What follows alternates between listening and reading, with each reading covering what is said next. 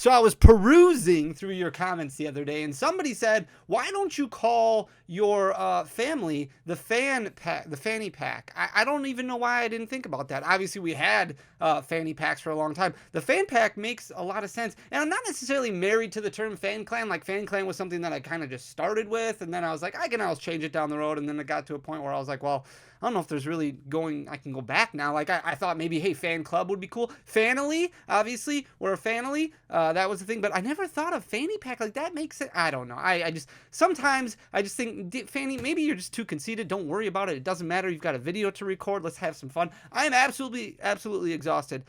We got like 17 inches of snow yesterday, so it has been so, it's like that heavy, big, wet snow. You guys know exactly. If you know, you know. It's terrible to try and shovel. It's terrible to try and use the snowblower for. It is just not good. So welcome to the newest Fanny Weather channel. We are going to be talking about nothing but weather today. We're not talking about that at all. We're going to get right into things. I hope you guys are all doing well. If you like the content, please hit that subscribe button down below. Leave a like, leave a comment. You know what to do. We're going to talk about the new market correction. We're going to call it market correction. Stay away from like the negative words of crash and things like that. But alternate arts in general, and we're looking at specific alternate arts here, have really gone down over the past 3 months, which makes for a ton of buying opportunities. I think the opportunities right now in the Pokemon market are absolutely phenomenal. There's a lot of really cool cards, a lot of cards that are at low prices that I really didn't think that we would see again, and I'm sure many of you thought that as well. And in this video specifically, we're going to be looking at alternate cards that are a little bit older. So the XY era didn't have any alternate art cards in it until after the XY era was kind of done, and then Pokemon decided, okay, we're going to release this XY trainer collection box, which is going to feature a bunch of unreleased cards that were released over in Japan, but not necessarily released over in the United States. And that featured a lot of really cool alternate artwork cards that really saw massive growth over the past year. They just kind of blew up in price for a lot of different reasons, but they blew up in price like crazy. And then a bunch of Sun and Moon alternate arts that have also come down considerably in price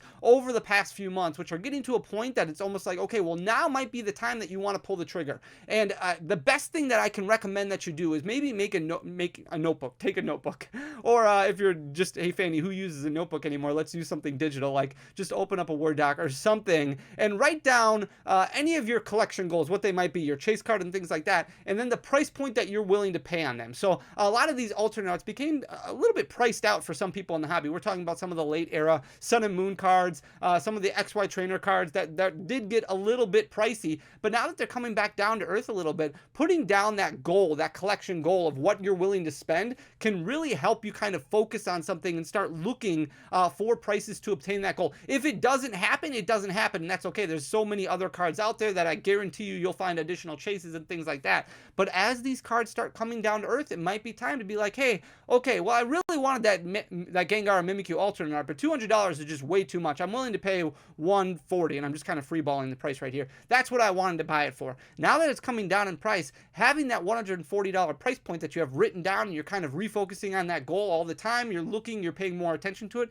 might happen. And that's really the best thing that I can recommend doing when you're trying to obtain a chase single. So we're going to jump right into things. I'm going to stop wasting your time, but we're going to look at the front half of the video is focused very heavily on the XY Trainer collection, and then the back half of the video is focused more on the Sun and Moon alternate arts. And I also did want to include the pop reports, so the PSA pop reports for all of these cards, because it just amazes me and absolutely baffles me how little attention we paid to grading cards back then as opposed to what we do now. And I've been involved in the Pokemon community for a very long time, and I was around for all of these releases, XY releases, Black and White releases, Sun and Moon releases, and there just wasn't a lot of attention to grading, not like what there is now. So when you look at cards like Pikachu with the gray felt hat, and you see grading topping over 15,000 graded copies, it's absolutely insane, especially when you're looking at this Karen card, which was fairly easily accessible, and it's only got 557. Only 557 total graded cards in PSA. Now, this is just PSA. This isn't including BGS. This isn't including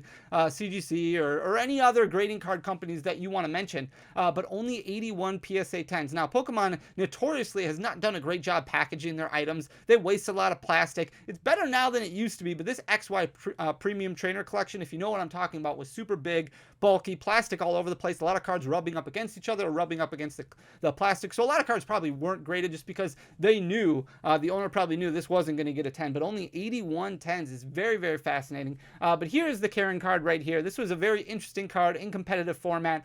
You can see in October, it was at its 3-month high of $45.30, but it's been doing nothing but going down ever since then, all the way up until Christmas time, where it hit $36.57 as a 3-month low. So you're looking at basically a 30% drop over the span of 3 months, which is very, very substantial. And it kind of shows you a little bit of false growth that happened in the market, probably because demand was pushed up. It could be a variety of different reasons, but more attention was paid to these cards, which may have triggered something like, oh, I didn't even know that card existed. I want that card. That's a chase card of mine. And that's why you write it down and write the price you're willing to pay on it. So that way it always feels like you're making the best decisions when it comes to spending your collection dollars. Now it's sitting at $37.81, so still well below where it was 3 months ago, but very interesting to watch what happens moving forward. Here's the Hex Maniac, also from the same collection box. This one is absolutely phenomenal. I love the artwork on it. Looks really cool, but it has dropped like crazy. It's dropped almost 30% over the past 3 months, just like what we saw from the Karen card. At the beginning of October, this was sitting at $74.31. It's dropped almost $20 in value over the past 3 months and continuing to trend downward. It's sitting at $57.48. Again, a very low pop graded card, only 524 graded copies through PSA in existence, with only 70 of them being in PSA 10. So not only is the pop report low for total graded cards, but the percentage of PSA 10s in existence is also very low. Remember, we were looking at like Hidden Fates the other day and the Charizard GX. There's a lot of cards graded in the Charizard GX.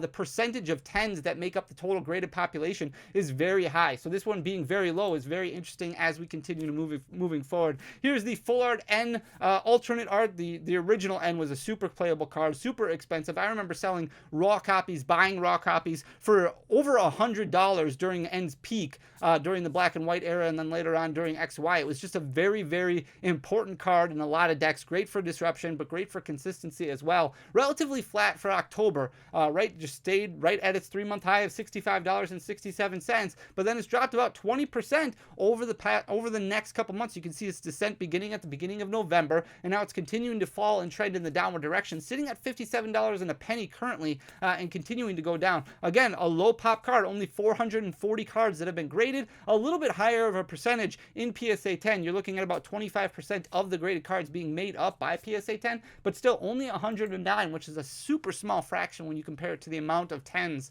in existence of that Pikachu and the Greyfeld hat with the Greyfeld hat card. Shauna, a little bit more consistent, right? Beginning of October, it was sitting at that 3-month high of $57.26, and it didn't begin its descent until right around Black Friday, right around Thanksgiving is when it started dropping down. We looked at some alternate arts the other week that started popping off a little bit right around Black Friday. This one, not so much. Same thing with a lot of these other cards from the XY trainer collection. You can see its descent happening. It's dropped all the way down to $42.34, so it's lost about a quarter of its value over the past month and a half, sitting at $42.34 currently. Again, 608 graded copies, so not a whole lot, and only 85 of those have hit PSA 10. So a decent chunk of 9s, a decent chunk of 8s, but a really low percentage of PSA 10s. Here is Delinquent. This one started out at $34.92 in October as its 3-month high. It's been doing really nothing but going down ever since then. A little consistency from October 21st up until the middle of November, but then just the bottom fell out again and just continued to go down. It dropped down to $26.36 recently. It's sitting at $26.43 currently, so still relatively low, trending downward, and it's dropped 25% over the last couple of months. You're looking at 342 graded copies, but only 10% of those are made up of PSA 10s. Very low percentage, but also a very small population to begin with. Here's the Togepi, Cleffa, and Igglybuff. This is a little bit more interesting because this is more of a modern card than the rest of them. This one came out in the small but mighty collection box, which came out during the middle of the pandemic. These were widely available at a lot of Targets. You could find them all over the place, and this box set has actually grown quite a bit in price. One of those sealed collection boxes has done extremely well. But if you look at the price point of where this started, it's dropped almost 20% over the past 3 months. In October, it was sitting at $80.49. It's done nothing but trend downward, especially up until Black Friday. Now it's been a little bit more consistent since then, but still sitting at a 3-month low currently at $66.38 and still continuing to trend in the downward direction. A lot more graded copies of this card, 2,767. Also a bigger percentage that is made up of 10s, 1,772. Again, this came out during the pandemic, so when grading really started becoming a lot more popular, and that just goes to show you the importance and the attention that is paid towards grading now as opposed to what it was during the XY era and even throughout the majority of the Sun and Moon era.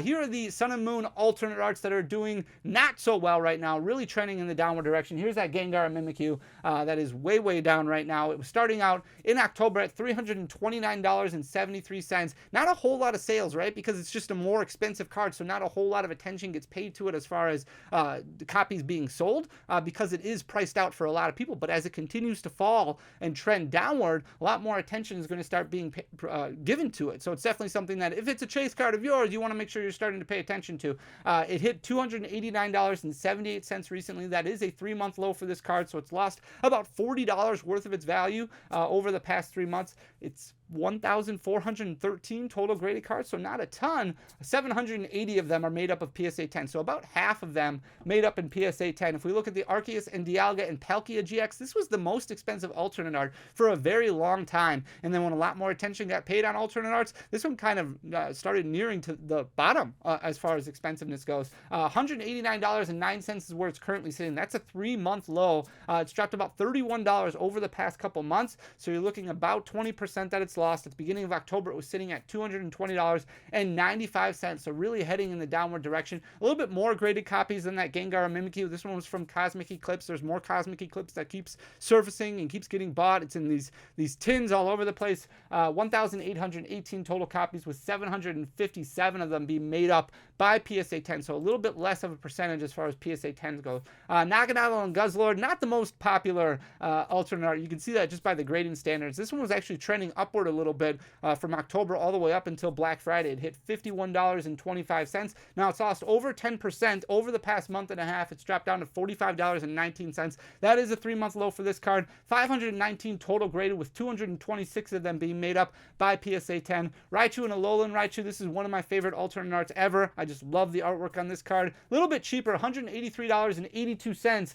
is where it was at the beginning of October, and look what's happened. This is a massive drop over the last 3 months. It's hit $118.62 recently. That's a 3-month low. A huge percentage of a drop. It's lost about 40% of its value over the past 3 months. 1,337 cards that have been graded, 640 of them made up by PSA 10. So definitely a little bit lower as far as the total population goes, and about half of them made up of PSA 10. Mega Sableye and Tyranitar, this one trending downward as well. This one's lost about 10% over the past couple months. You can see at the beginning of October, this was sitting at 163.03, relatively flat all the way up until Black Friday, and then demand just wasn't there for the card, and it started dropping off a little bit.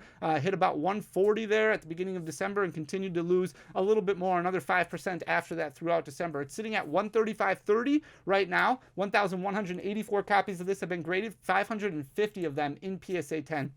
The Gardevoir Sylveon, this one's a really cool card as well. October 21st is when this one hit its 3-month high of 232.39. Again, another card that's lost about 10% over the past few months, been trending downward. It's hit 217.29 recently. That's a 3-month low for this card. 1,308 cards have been graded. 687 of these copies have been graded in PSA 10. The Slowpoke and Psyduck is really cool. Tells a great story. At the beginning of October, it was selling for $103.22. It's been trending downward ever since then. Hit $86.66 recently as a 3-month low. It's gained a little bit back, but still sitting at $87.59 currently. You're looking at about a 20% drop over the past 3 months. Only 1,011 copies have been graded, with 509 of them being graded as a PSA 10. And then we've got the Mega Lopunny and Jigglypuff. This one is also from Cosmic Eclipse. A lot of Cosmic Eclipse alternate arts going down. 69.19 was its high point at the beginning of October. It's gone down pretty much the entirety of the last 3 months. 61.25 is what it hit recently, so it's dropped about 20%, a little bit less than that, 15% over the last 3 months. Only 694 graded copies of this, with about a third of them them being graded in PSA 10. 279 PSA 10s of this are currently in existence. And the last one that we're going to look at is Pheromosa and Buzzwole. This is one of the cheapest of the alternate arts from the Sun and Moon era. Also, you've got a couple of like the Muck and Alolan Muck, but the Pheromosa and Buzzwole is one of the cheaper ones. This was sitting at $40.06 at the beginning of October. It's lost over 10% since then. It became relatively flat in December and then dropped a little bit more at the beginning of January, sitting at $35.20 currently. But again, only 494 copies of this card have been graded. This one's from Unbroken Bonds, 275 of them in PSA 10, so a decent chunk, but very low pop numbers across the board.